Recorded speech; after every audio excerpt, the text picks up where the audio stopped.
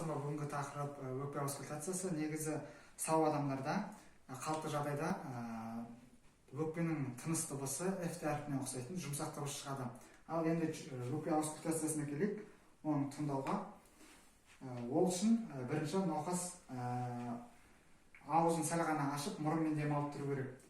Және де зерттеуші өзінің сол қолымен артынан демеп тұруы қажет.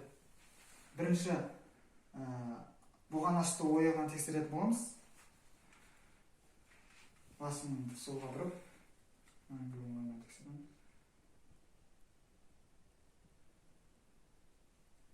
симметриялы дейтін.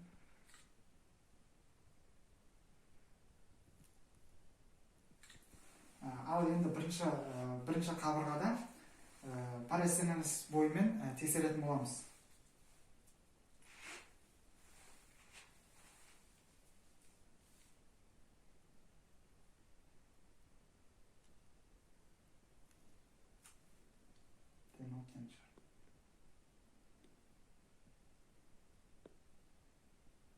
Ал екінші қабырға мен үшінші қабырғада бұғана орта сызы бойымен тексеретін боламыз.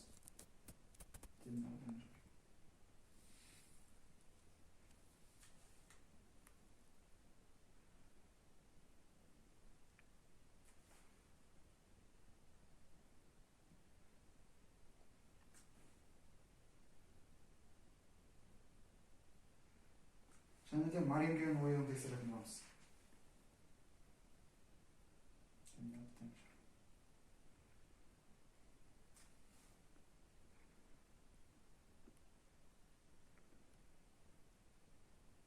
Ал енді бүйір бетінен тексеру үшін науқас қолын желкесіне қойып тұру қажет.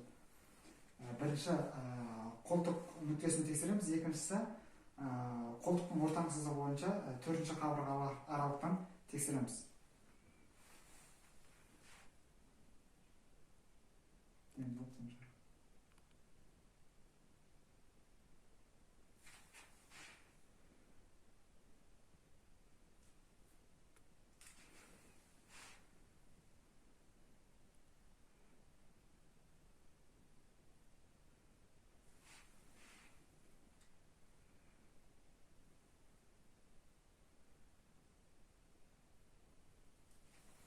Ал енді науқасты артқа қаратып, жауырын үсті, жауырын аралық, жауырын астын тексеретін боламыз. Ол бірінші жауырын үстін тексеру үшін науқас қолын төменге түсіріп тұру керек.